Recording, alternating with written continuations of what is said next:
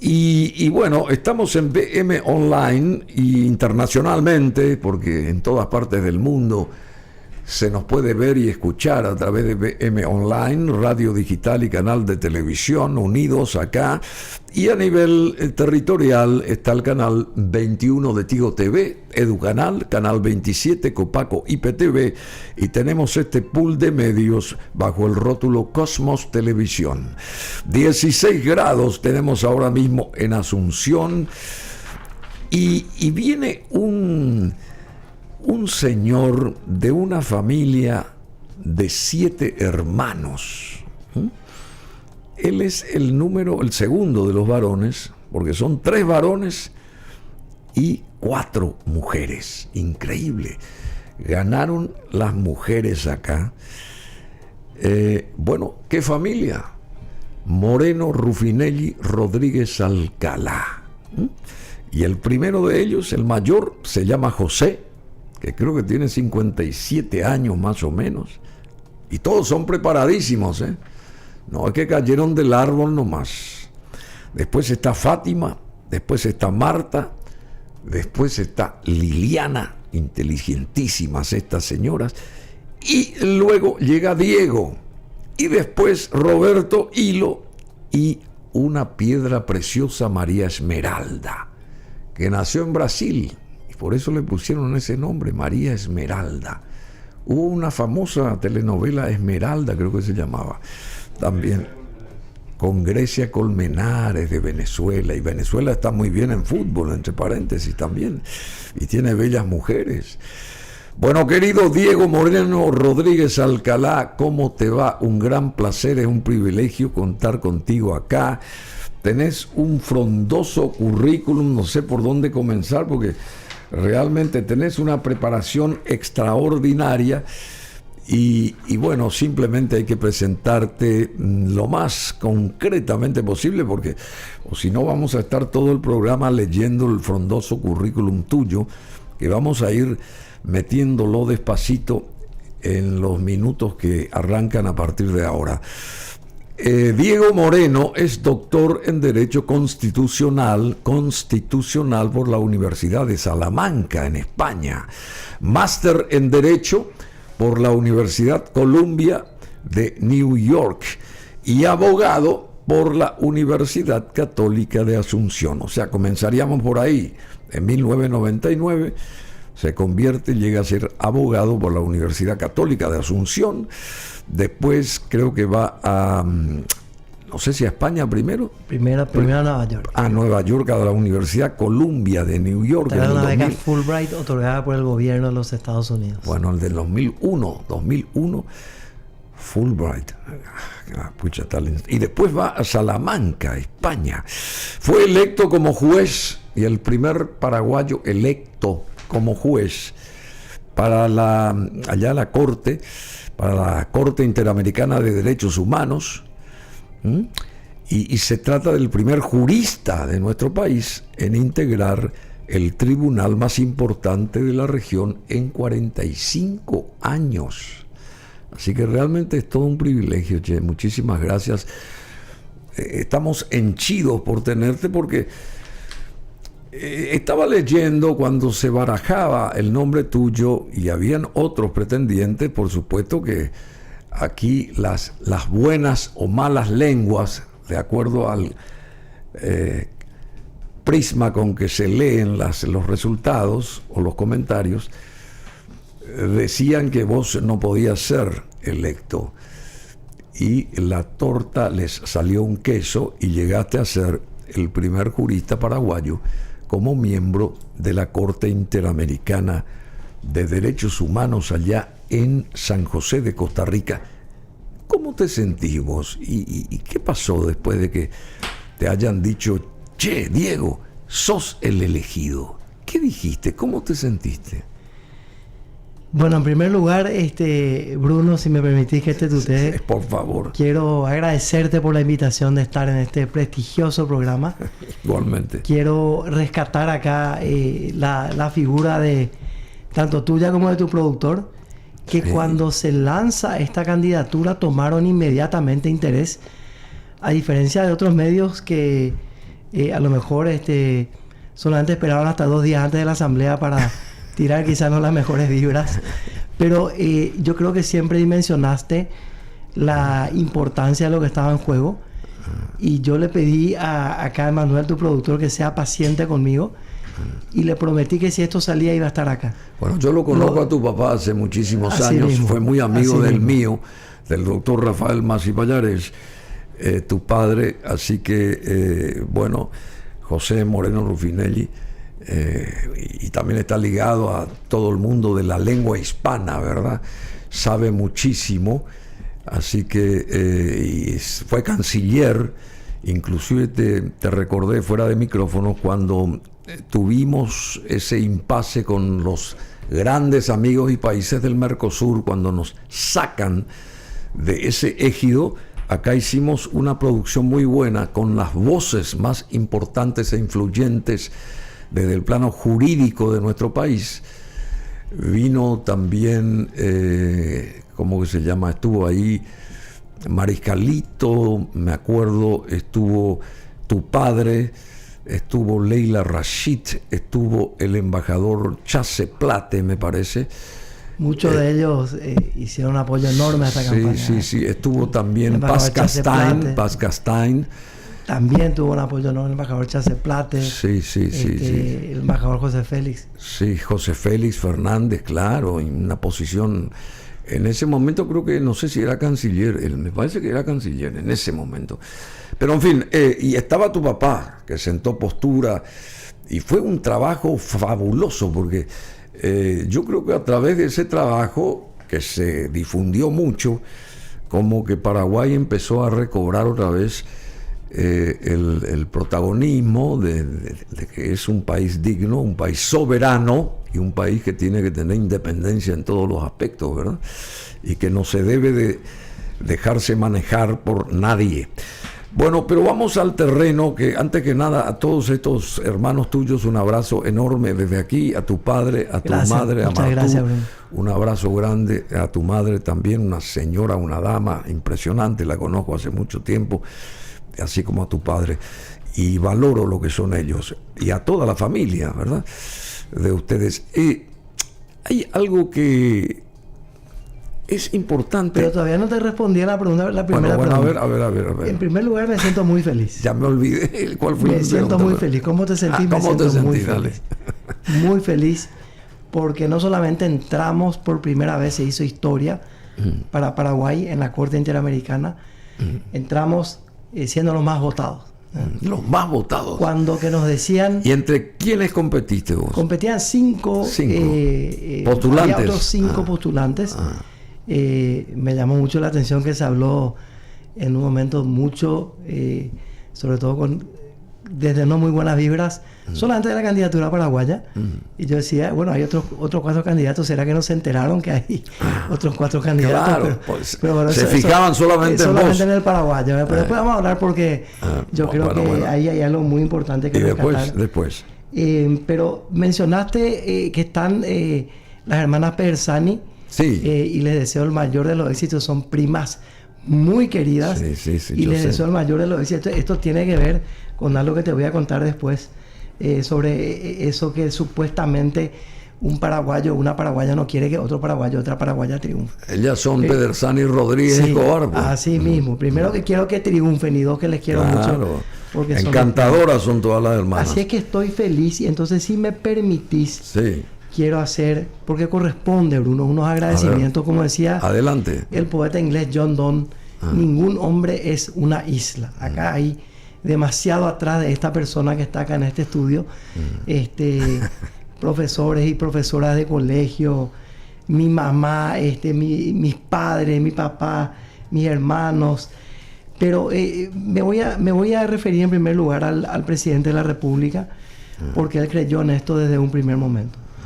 A nosotros nos decían, mira, si vos querés entrar en la corte, lo máximo a lo que podrías aspirar, si tenés suerte, si todo sale bien, si se alinean todos los astros, entre comillas, es número 3. ¿Número 3? Hasta eso podés aspirar. ¿Así? Con suerte, porque estás compitiendo contra potencias diplomáticas, contra países que tienen un poderío económico, diplomático, político enorme. Entonces esto va a ser muy complicado para vos. Sí. Entonces nuestro objetivo era hacer una buena campaña. Pero el presidente creyó desde el día 1 y yo creo que él creyó en que íbamos a entrar número 1. Es una persona que sueña en grande y por eso es que yo le agradezco a él por haber confiado en esta candidatura y realmente le deseo el mayor de los éxitos porque en la medida en que el presidente le vaya bien, le va a ir bien al Paraguay. Así es que agradecerle al presidente, el canciller nacional. La Cancillería Nacional es una cancillería que a pesar de pelear permanentemente por los intereses del país, no se les reconoce, todo lo contrario, se les ataca, se les critica y lo que hizo el equipo de Cancillería es extraordinario. El Canciller Nacional es un canciller de lujo, es un canciller que se ha anunciado su candidatura para Secretaría General de la OEA y puede llegar a ser el mejor secretario general de la OEA. Yo le conocí a Gaviria, le conocí a Insulza, le conocí a Almagro, le conocí a Baena, todos son grandes secretarios generales, pero el canciller nacional que tenemos puede llegar a ser el más grande de todos. El viceministro Víctor Verdún, un fenómeno. Ese es para mí es un capo. Es un capo, ahí está, lo dijiste. Él es un capo. Se puso también la campaña al hombro. Pro vida, pro familia y un país soberano, dijo, por Paraguay.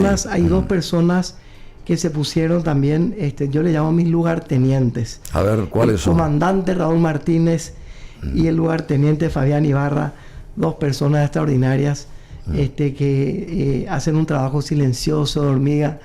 Y la gente decía, ¿cómo ustedes hasta ahora no tienen embajador? Y había sido todo el mundo que quería a Raúl, le abrían las puertas porque le conocían de la OEA desde que falleció la recordada Elisa Ruiz Díaz. Sí. Él quedó a cargo, entonces eso fue extraordinario el trabajo que se hizo. Me acuerdo de una delegación cuando entramos con este equipo, nos dijo, pero me encanta la sencillez de esta delegación. ¿Sí? Eso fue lo que nos dijo un embajador. Visitamos 24 embajadas en Guaso, después te cuento eso.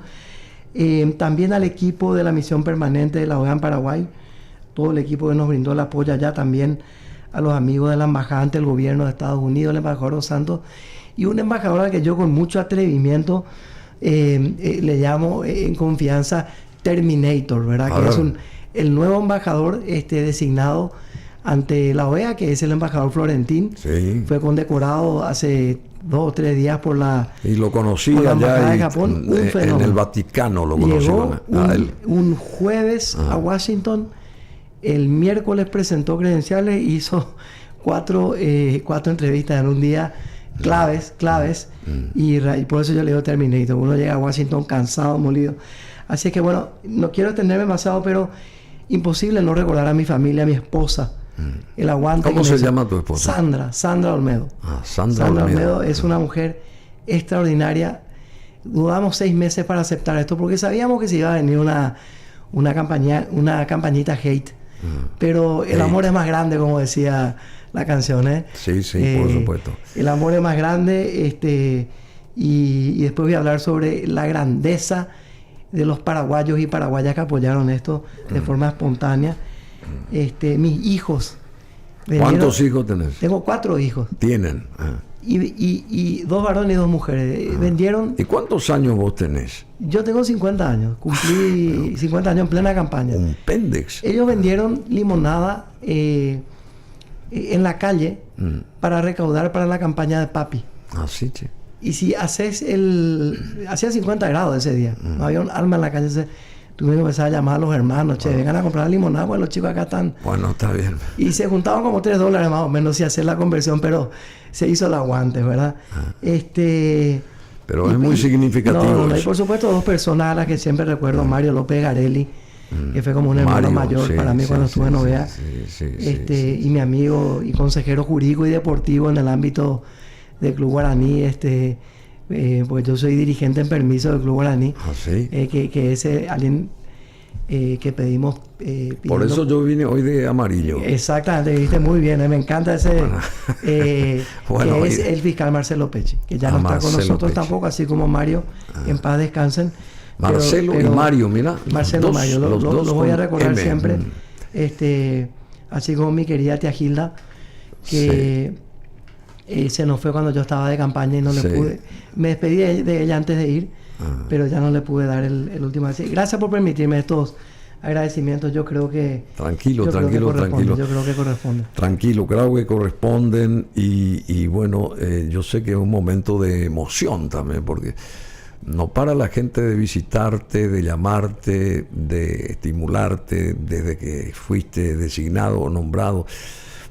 Pero hay algo que yo, para romper el hielo, te tengo que preguntar. Hablaste de Santiago Peña, del gobierno de Santiago Peña, y muy cercano a Santiago está tu hermano, Roberto Hilo Moreno, que es menor que vos, ¿verdad? Pero él es el consejero, tengo entendido, jurídico, o uno de ellos, creo que así es el título, no sé cuál es el título realmente de él, pero bueno, él es abogado prominente y también cercano al presidente Peña. Y vos vas a estar allá en una columna del medio, aparentemente como un miembro más de la Corte Interamericana. ¿Y qué pasa si Paraguay tiene que dirimir a su favor una cuestión y va hasta Costa Rica? Te respondo directamente. ¿Cuál sería la posición tuya? No pasa absolutamente nada. Acá se instaló una campaña de desinformación, no sé si por ignorancia inexcusable o por pura malicia. Un juez paraguayo o paraguaya no puede entender absolutamente en ningún caso de Paraguay. Entonces no hay ningún... no puede... No hay ningún escenario posible. O sea que vos jamás te apartás. Eso es por las normas. Te vas a apartar en todo caso. Por las normas que rigen el funcionamiento de la Corte. Así como la jueza argentina no puede entender casos de Argentina, claro, el brasilero caso de Brasil. Que es lo lógico. Yo no puedo entender casos de Paraguay. Entonces, ¿cómo habla la gente sin saber y esto que es fundamental? Es lo que yo quiero saber. Punto 1. Punto 2. El hermano de Hilo. Vos tenés un hermano que es un crack. Bueno, Martín Masi. Yo soy el menos, pero Martín ganó el Rally del Chaco 2 veces. Imagínate con tu trayectoria, Mario. Bruno, ya estoy mezclando los tantos. Bruno, sí. Que yo te diga. Siempre se acuerdan de Mario Ferreira. Me estoy hablando de Mario López. De Mario López, claro, mi amigo también. De mi amigo Mario López me estoy acordando. Mario Ferreira era un grande. Sí, pero si me preguntas a mí, yo te conozco de la época o la música. Hace mucho tiempo, Entonces yo escuchaba la música de pibe, no había pues YouTube y eso. El mundo estaba ahí. Escuchábamos acá el clásico ese. Sí, está bien, toda la música que venía de Londres, de Europa. Away, podemos cantar después si querés. Yo fui cantante de Madérica, hoy paico. Sí, en serio. Me cachaban por tener mala voz. No, el grupo noruego, ¿verdad? El grupo noruego, sí. Grande, un clásico. Pero ¿cómo te sentirías si te dicen, acá estoy con el hermano de Martín? Martín tiene su trayectoria. Sí. Yo tengo la mía. Sí. Roberto tiene su trayectoria, yo tengo la mía. Hace 28 años que estoy en esto. 28 años. Soy egresado con honores de la Universidad Católica, con promedio sobresaliente. Tuve grandes maestros.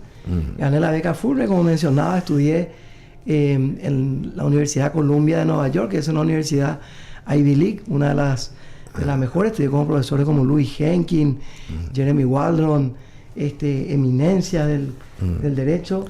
Gané la beca del Banco Santander.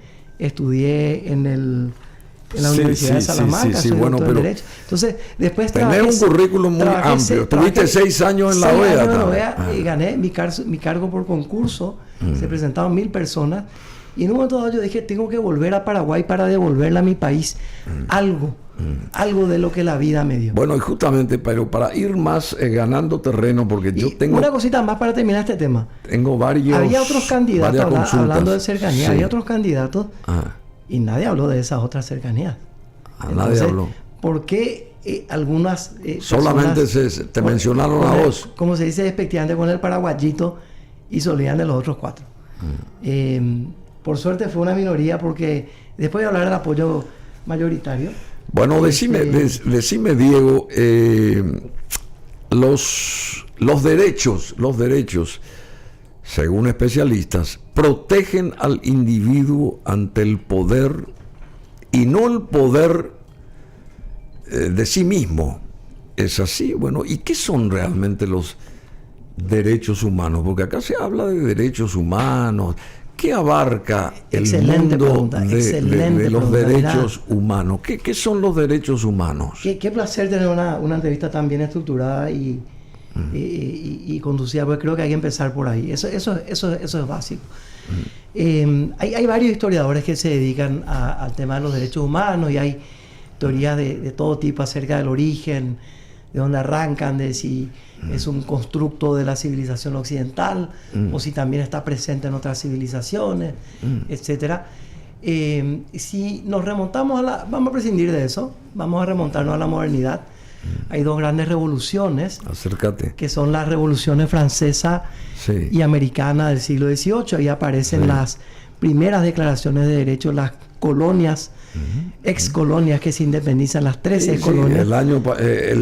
Ayer fue el 4 de julio. Felicidades. Hace 248 años. Felicidades para los amigos norteamericanos por el Día de su Independencia. 248 años. Empiezan a redactar constituciones con cartas de derechos. Las primeras cartas de derechos. Hay precedentes en el derecho inglés, la Revolución Gloriosa. Podemos hablar de la Carta Magna de Inglaterra, 1215, pero ahí aparecen las primeras cartas. Después están el Bill of Rights de la Constitución Americana, está la Declaración de los Derechos del Hombre y del Ciudadano de la Revolución Francesa en 1789, y esto después se empieza a plasmar a nivel constitucional. Pero esto se internacionaliza. ¿Cuándo? En 1940, a partir de 1945 en adelante. En 1948, después de la Segunda Guerra, después de los horrores de lo que fue esa hecatombe de la Segunda Guerra Mundial, de todo lo que pasó ahí, después deciden juntarse los aliados y otros países, y dicen: acá esto no se puede volver a repetir. Se juntan juristas de distintas tradiciones y llegan a un objetivo, y tuvo un papel preponderante una mujer. Esto lo quiero rescatar. Una mujer, porque muchas veces las mujeres han sido históricamente relegadas, discriminadas. Acá tenemos en Paraguay el caso de Serafina Dávalos, que murió sin poder ejercer el derecho al voto. Imagínate. Primera mujer abogada, primera mujer doctora, integró lo que entonces era el Tribunal Superior de Justicia, la Corte Suprema de hoy, y no pudo ejercer el derecho al voto. Entonces, Eleanor Roosevelt, la viuda del gran presidente Roosevelt, no de Theodore, sino del segundo, de Franklin Delano, del que condujo la guerra, tuvo un papel preponderante, así como René Cassin. Tuvo autores latinoamericanos, hubo influencias orientales. Entonces, derechos para todos y para todas. ¿Y qué son los derechos? Y luego se redactan los pactos internacionales a nivel de ONU y a nivel regional, que son los pactos de OE, que son los pactos al marco de la Organización de los Estados Americanos. ¿Qué son los derechos? A ver, ¿qué son?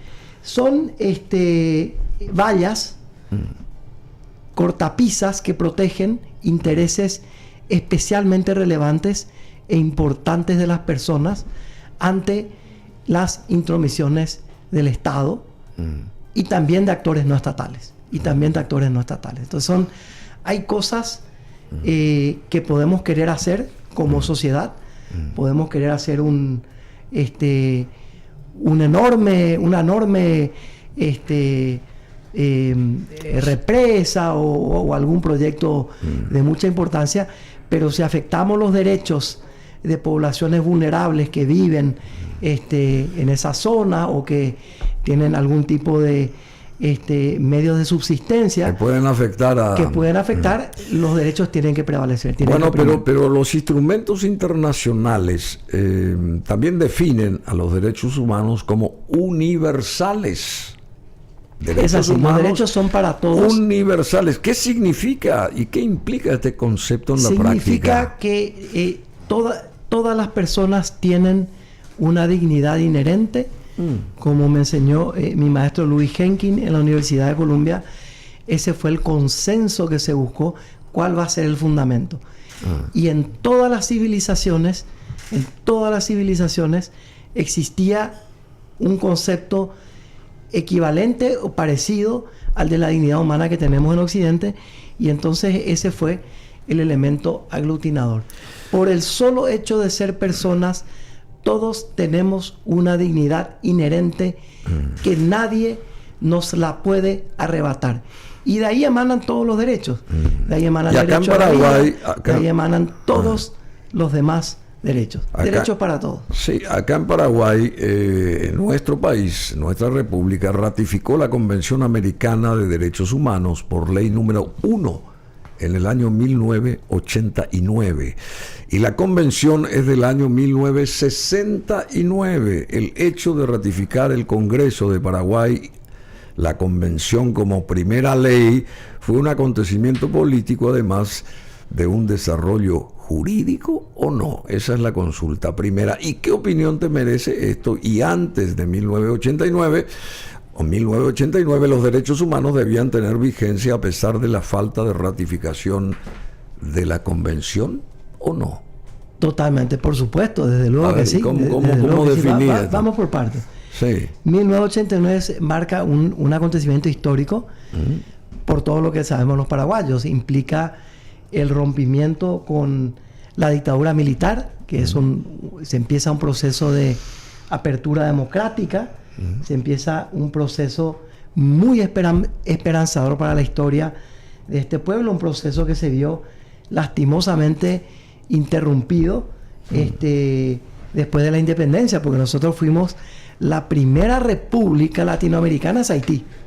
Sí, después venimos nosotros. Un país injustamente castigado hasta ahora por su revolución y por su independencia. Y la OEA no está haciendo nada todavía. En 1990 se le condena la deuda a Haití, imagínate. Yo acabo de expresarle mi solidaridad al embajador de Haití antes de entrar acá. No sé si el huracán tan devastador, creo que no, pero de todas maneras todos los países del Caribe. ¿Cómo se llama? ¿Beril o Beril? Beril. No sé cómo se pronuncia, pero... No, eso es lo que quiero saber. ¿Beril o Beril? Ha causado estragos y le he expresado mi solidaridad. En Jamaica y en todos esos le he expresado mi sitios. solidaridad. Están muy preocupados. Está llegando a Yucatán, México. El tema del cambio climático es muy importante. Podemos hablar después de eso. Pero la ratificación de la convención fue un gesto muy importante que se dio, de que Paraguay estaba decidido a dar un paso firme hacia esta transición que costó hacerla, pero que finalmente la logramos con todos los defectos, que podamos tener. Como todos los países, estamos caminando en una senda, en el periodo más largo que hubo en Paraguay de democracia constitucional y desde el 89 y de respeto a los derechos. Entonces, esto fue muy importante, punto uno, pero hay un paso siguiente. Creo que es 1991, porque no es solamente ratificar la convención. Hay otro paso que es someterte, aceptar la competencia de la Corte Interamericana. Sí, bueno. Y eso es clave, eso se da un poco después. Eso quiero saber, después vamos a entrar. Yo no quiero dejar de lado a nadie, pero hay grandes personas, grandes actores atrás después de eso. vamos a entrar ahí porque... entonces, nuestra Constitución de 1992 lo que hace es, en cierta forma, recoge, plasma, a veces casi literalmente, lo que es la Convención Americana, pero incluye también derechos económicos, sociales, culturales y hasta de tercera. 1992 la Constitución. 1992, pero vamos más atrás. La Constitución paraguaya de 1967 garantizaba la vida, la libertad y la propiedad. Los poderes del Estado separados en legislativo, judicial y ejecutivo, y el judicial debía atender los casos de habeas corpus, es decir, garantizar que nadie fuera arrestado arbitrariamente. Sin embargo, regía la famosa Ley 209 de defensa de la democracia, que en realidad justificaba detenciones y prisioneros políticos, y estaba vigente el estado de sitio sin justificación. ¿Cómo comparás esa situación de los derechos humanos antes y cómo comparás después del 89 esto mismo? Un avance extraordinario. Un avance. Extraordinario, sí, lo que hemos logrado, sí, lo que lograron esos luchadores, lo que lograron los baluartes de la transición, los líderes y lideresas que actuaron. Yo suelo leer mucho las actas de la convención de 1992. Me encanta leer las actas cuando tengo alguna duda. Y es extraordinario lo que se debatió ahí. Se juntaron 198 convencionales. Es como dijo la eminencia, la doctora Aline Barreiro, la primera constitución democrática de la República del Paraguay. O sea, esto es extraordinario. Y volviendo a la constitución del 67, yo le enseño mucho esto a mis alumnos no me gusta hablar de enseñar, yo dialogo con mis alumnos y aprendo con mis alumnos. Hablamos mucho de la evolución histórica del constitucionalismo. Primera República en Paraguay, se interrumpe el proceso y lastimosamente pasamos de una república, de un consulado que se toma de la República Romana, el reglamento de 1813, pasamos a una dictadura. Y a partir de ahí hay dos tradiciones en Paraguay. Una tradición que se siente más atraída hacia el autoritarismo, y todo lo que eso implica, y hay una tradición que ha luchado históricamente por los derechos, las libertades públicas. Acuérdate que Fulgencio Yegros, antepasado mío, fue asesinado por Francia. Esa es la realidad y mucho otro. Entonces, 1967. Lo que yo le digo a mis alumnos es, siguiendo a autores como Karl Lowenstein, como Giovanni Sartori, una constitución semántica o de fachada, una constitución semántica.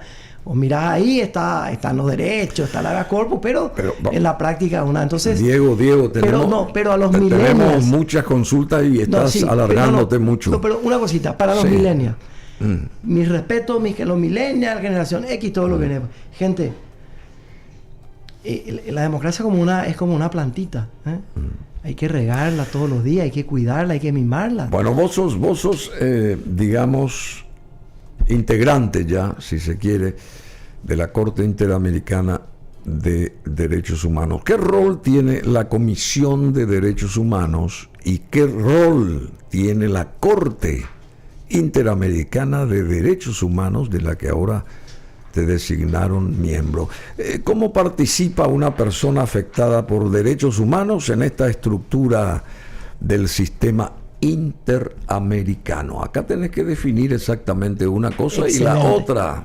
Te agradezco muchísimo por la pregunta. Pero vamos directo al punto, porque si vos te preparaste mucho para la entrevista. Si vos te alargás, no vamos a poder perdón. evacuar todas las consultas. Directo al grano. Cualquier persona cuyos derechos hayan sido violados y que no haya, cuya situación no se haya remediado a nivel interno, se tienen que agotar los recursos internos que prevé un país, puede acudir al sistema interamericano, que es la instancia internacional de protección de derechos. Y ahí hay un primer paso, que es acudir a la comisión. ¿Por qué existe una comisión? Porque esto se modela sobre la base de el primer tamiz. Es el primer tamiz, el Convenio Europeo de Derechos Humanos, donde existía una comisión que luego se suprime. Hoy en Europa, en el Tribunal Europeo, ya no hay una comisión. Cualquier ciudadano puede acudir directamente a la Corte. Hoy nosotros en nuestro sistema, en América, en la región, tenemos que acudir, los estados que son parte de la convención y de otros tratados del sistema, porque hay otros tratados, pueden acudir a la comisión, y después de pasar, no quiero entrar en tecnicismos procesales para no confundir a la gente, pero una vez que la comisión trata de arreglar internamente el asunto, si eso no se puede arreglar satisfactoriamente, siempre el Estado es el demandado. La comisión tiene la potestad de remitir el caso a la Corte. El problema es que el proceso en la comisión demora mucho. Sí. Unos 15 a 20 años. Eso es un problema. ¿Tanto, che? Es un desafío que tiene el sistema que tenemos que arreglar.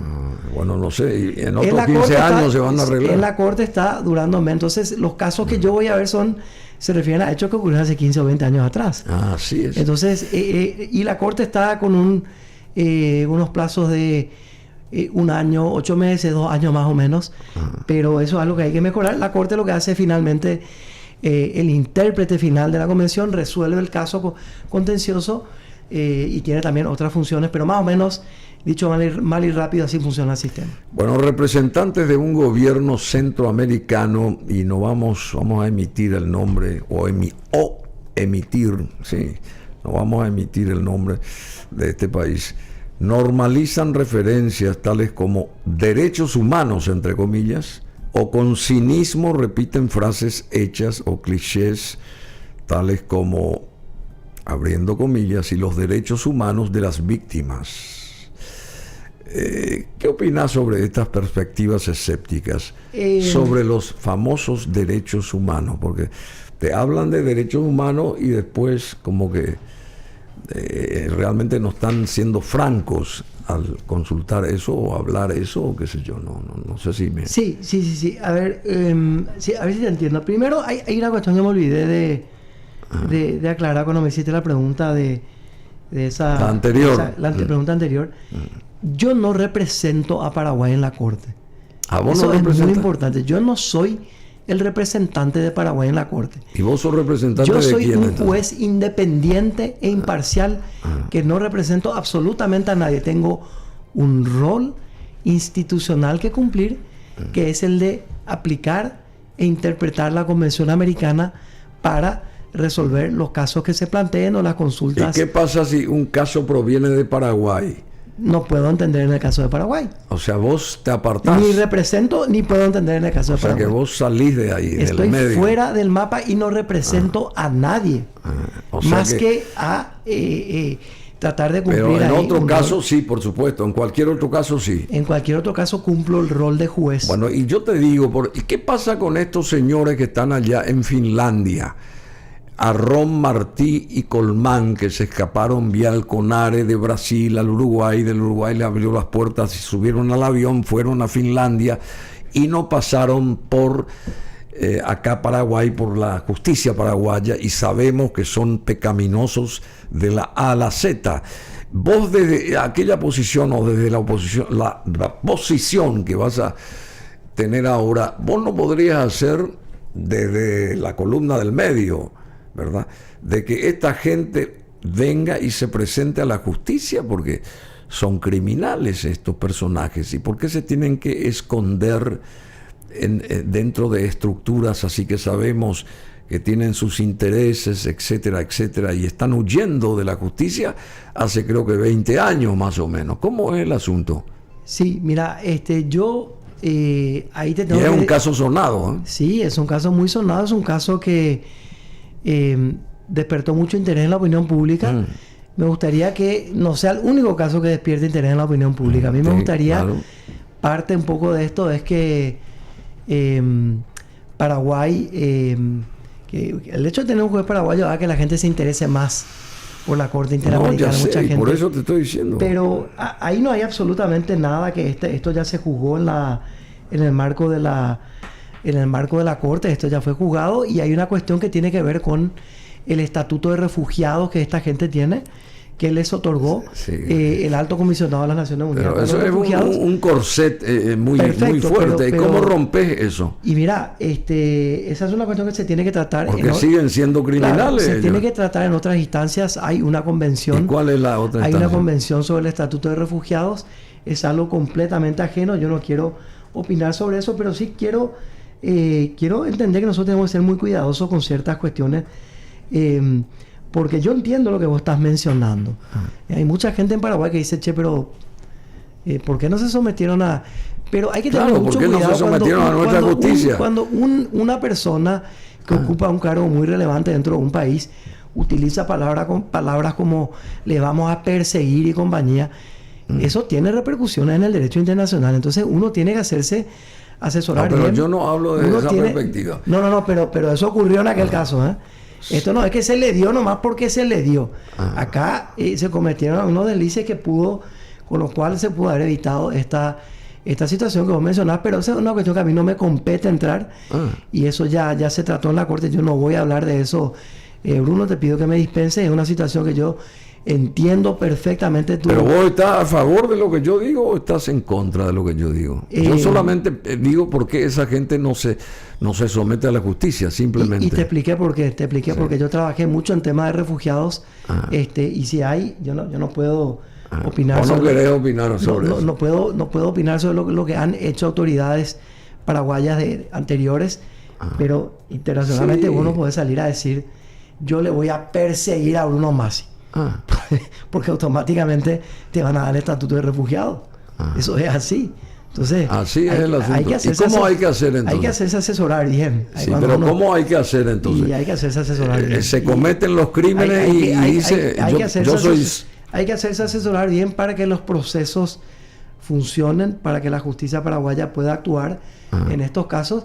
Y hay que trabajar con el ACNUR porque el estatuto, la convención sobre el estatuto de los refugiados tiene unos ciertos mecanismos y eso no se pueden romper. Yo no tengo nada que ver con ese tema, es una cuestión completamente ajena a la Corte. Bueno, te hago otra consulta. Vamos. En el 2012, la dictadura de Hugo Chávez, 2012, hace 12 años, denunció la Convención Americana de Derechos Humanos. Sabemos que hay numerosos prisioneros políticos torturados y asesinados políticos allá en Venezuela.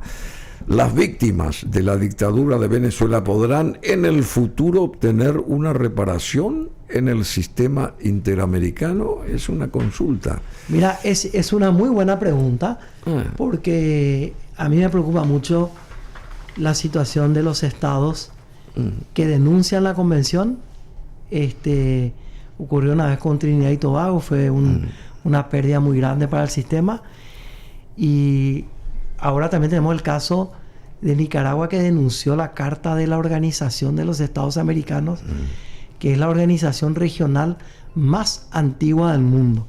Hunde sus raíces en una serie de conferencias que se empiezan a dar a fines del siglo XIX, donde siempre trataban de estar todos los países, se trató de incorporar a todos los países, y uno con muchísima tristeza ve que ocurre una cosa así. Nicaragua es una república hermana donde se están dando ciertas situaciones. Sí, sabemos, hay ciertos países. Y lo que vos mencionaste de Venezuela, ellos denuncian en un momento dado, ese Estado denuncia la convención. ¿Y qué pasa cuando se denuncia la convención? Las víctimas quedan sin protección, pero afortunadamente, y acá hay una cuestión jurídica donde yo no quiero entrar por cuestiones obvias y evidentes, de no querer meterme en alguna cuestión que me pueda comprometer más adelante, pero el presidente Guaidó vuelve a ratificar la convención. Entonces, hay una cuestión ahí sobre...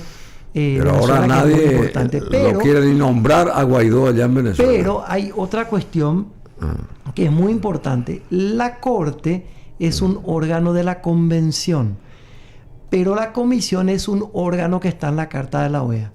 Entonces Venezuela sigue estando sometida a todos y absolutamente cada uno de los controles y medidas que pueda llegar a adoptar la Comisión Interamericana de Derechos Humanos con sede en Washington sobre Venezuela, y de hecho me consta que se hace un trabajo muy importante.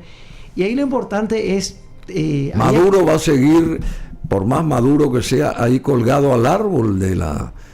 Y esa es una cuestión de la dictadura que ya en Venezuela. Como juez no me corresponde... No poder decir eso. No me corresponde responder, pero eso hay que trabajar en todos los frentes para que... Pero esto te va a gustar, esta consulta, porque es importante. Hay un gran sector en el mundo que tiene que ver con esto.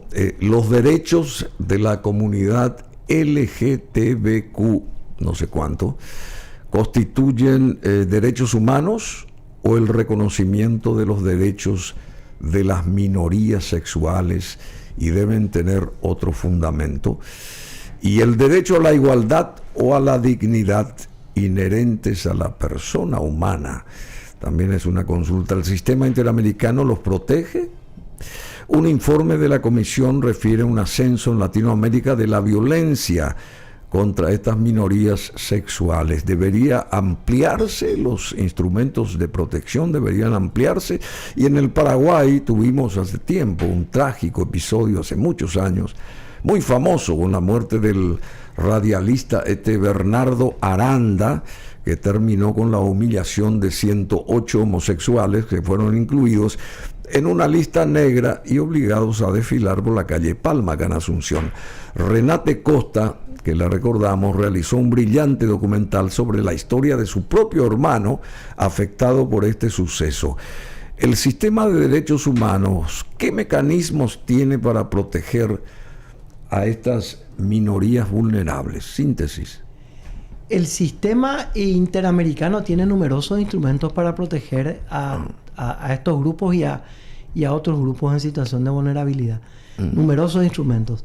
No solamente la convención en general, hay una línea de precedentes bastante frondosa sobre esto, que quizá no se conozca tanto en el país, pero hay una línea de precedentes muy que ya llevan algunos años en materia de protección.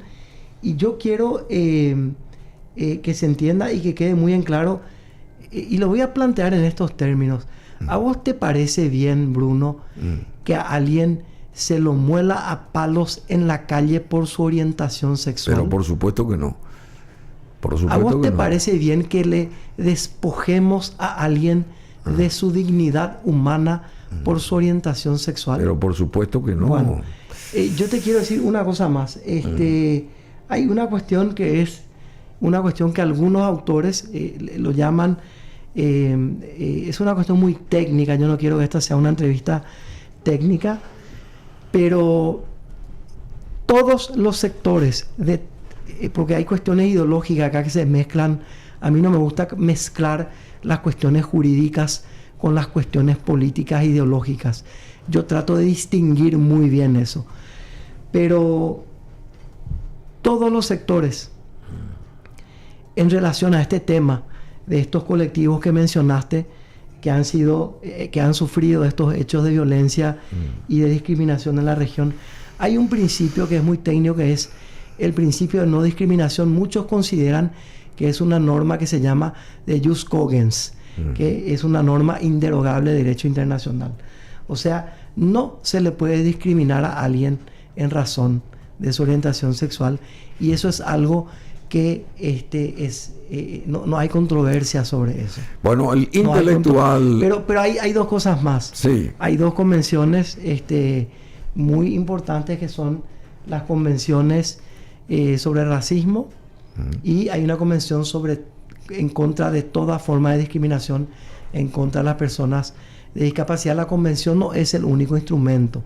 Está también la convención de Belém do Pará, que protege a las mujeres por razones de que cuando son víctimas de violencia, para la prevención, erradicación de toda forma de violencia contra la mujer, para la sanción, que ha tenido un efecto transformador enorme en la región. Tenemos el protocolo de San Salvador sobre derechos económicos, sociales y culturales. Tenemos la Convención en contra de la tortura, la Convención sobre desapariciones forzadas, etcétera. Bueno, hay un intelectual inglés famoso, Jeremy Bentham, que describió a los derechos naturales o humanos como disparate sobre zancos, nonsense on stilts. Bruno, qué grande eso, Bruno. O sea, te voy a contar una cosa que yo... Espera. Y el filósofo Kant afirmaba que el hombre es un fin y no un medio. Mira. Y que es inmoral que un hombre sea el simple medio de otro. ¿Cuál es tu visión de esto? ¿Y por qué te reís? ¿Sabes por qué me río? Porque yo tengo una costumbre. No sé si hay algún alumna mío escuchando este programa. Soy un apoyo abrumador de mis alumnos y de mis alumnas. Quisiera ser alumno tuyo. Pero vos sabes que yo tengo una costumbre y todos se ríen de mí. Yo pues vine de Estados Unidos porque quería aportar algo. Y gracias al profe Juan Carlos Mendonca y otras personas muy generosas, el doctor Alberto Poletti, me incorporé y después ya esto fue creciendo. Bueno. Amigos que me incorporaron, me incorporé a la docencia. Y tuve una costumbre de regalar, llevo esta mochila que traje acá, que me dijiste Parece, ¿qué era que me dijiste cuando entré con mi mochila? No sé, uno de esos chicos de la... Sí, venía yo con mi... Ahí yo llevo una bolsa de caramelos a la clase. Y cuando alguien me hace una pregunta o una intervención brillante en la clase, un alumno o una alumna, le regalo un caramelo. ¿Ah, sí? Y se matan de risa y se acuerdan de esos años, ¿verdad? Entonces Bueno. yo te hubiese dado un caramelo. Y dame, pues vos sabés que ahora yo necesito. Pues, no pensé que me iba a hacer una pregunta tan brillante. No. Muy cierto lo que dijo Jeremy Bentham. Pero ojo, hay que matizar. Jeremy Bentham era un reconocido pensador inglés, un padre del utilitarismo como teoría ética y también una persona que hizo contribuciones enormes a la teoría, a una de las vertientes de la teoría positivista del derecho, que es la teoría imperativa, se le llama. Esto es una cuestión muy técnica. Es un grande, pero lo que él decía, él no criticaba la noción de los derechos. Eso es muy importante. Él lo que criticaba es lo que estaba pasando en Francia. Él decía, pero estos franceses se imaginan unos derechos que caen del cielo como si fuese maná que está lloviendo y nos viene de arriba. No, los derechos no funcionan así, decía él. Los derechos, y él estaba hablando de la tradición inglesa, los derechos emanan del pueblo, de la tradición inglesa. Están contentos los laboristas ahora. Vienen de los jueces, de lo que han hecho los jueces ingleses a lo largo de la historia, y van de abajo para arriba y se va afincando esto. O sea, bueno, Bentham no estaba en contra de los derechos. A eso nomás lo que voy. Sí, no, muy bien. Bueno, la última consulta, porque tenemos que cerrar y están los otros invitados allá. Pero después déjame hacer la anécdota que le dije a él, por favor. Por favor. Pero para cerrar. Tenemos ya que ir. La libertad de expresión y la libertad de prensa, porque es muy importante este capítulo. Derechos humanos consagrados en la Convención Americana están bajo mucha tensión, sobre todo por las redes sociales, la desinformación, las informaciones falsas, los famosos fake news. Las redes sociales, y yo creo que habrá sufrido de todo en este proceso de designación, especialmente vos, querido Diego, son brutales con el individuo y pueden causar daños en la vida real, tener consecuencias nocivas. Por ejemplo, cuando además de las difamaciones y calumnias, teorías conspiraticias extremas perjudican campañas de vacunación, elecciones, o llevan a personas a cometer actos violentos o riesgos respecto a la seguridad colectiva. El sistema de los derechos humanos, ¿cómo administra y qué soluciones tiene para los desafíos y peligros que le presenta estas nuevas tecnologías, digamos? Esa sería la consulta. No, nuevamente la pregunta ha sido extraordinaria, Bruno. ¿Cómo he disfrutado de este programa? En materia de libertad de expresión, la Comisión y la Corte han hecho muchísimo. Sí. Muchísimo para defender la libertad de prensa, de expresión. Hay un trabajo enorme. Es un pilar de la democracia. Si no hay libertad de expresión, no hay democracia. Eso es así. Así es que en esa línea jurisprudencial hay que seguir consolidándola. Y los desafíos de la libertad de expresión en la era digital es algo sobre lo cual todavía hay mucho por hacer. No hay mucho hecho, pero hay muchísimo por hacer. Y ha sido uno de los ejes de mi campaña. Y pretendo desarrollar eso porque es un tema muy amplísimo. Hay que pisar fuerte, entonces. Hay que pisar fuerte ahí, pero quiero cerrar porque ya me está ahí echando. Ahí está viniendo el tema que dice hay que pisar fuerte. Hay que pisar fuerte. A ver, tenés 30 segundos. 30 segundos. Mira, acá hablaste mucho de que hubo gente que estuvo con... Mira, pero el cariño. Los y las paraguayas son personas de bien. Es una leyenda, es un mito que una paraguaya no quiere que a otro paraguaya le vaya. Es una mentira increíble las muestras de apoyo y de cariño que yo recibí en todos estos días. Y esto ya, mi corazón casi explotó cuando un amigo me hizo llegar un video de Romerito felicitándome por esta designación. A ver, ¿dónde está? ¿Tenemos eso? No, pero tenemos la canción porque cuando a ver, está sonando. A ver. Todo el mundo te quiere, ahí está, Romerito. para vos, Romerito. Cuando venía el hate de un grupo minoritario, poníamos esto en casa a todo volumen porque nos acordábamos de ese golazo en el Mundial de México 86. Nadie decía que Paraguay tenía chances de lograr ningún resultado positivo. 80.000 Pero personas. se fue ya hace tiempo, se fue ya ese tiempo. 80.000, se fue ese tiempo, pero 80.000 enmudeció el Estadio Azteca. Eso es lo que logramos con esta hazaña. Gracias por hacernos soñar a los paraguayos y a las paraguayas. Los paraguayos y las paraguayas estamos hechos para grandes cosas. Gracias, Romerito. Gracias a toda la gente por el apoyo. Gracias, Bruno. Gracias a todos. Gracias por estar acá. Bueno, y ya que mencionaste al fútbol, el fútbol también tiene que volver a pisar fuerte alguna vez.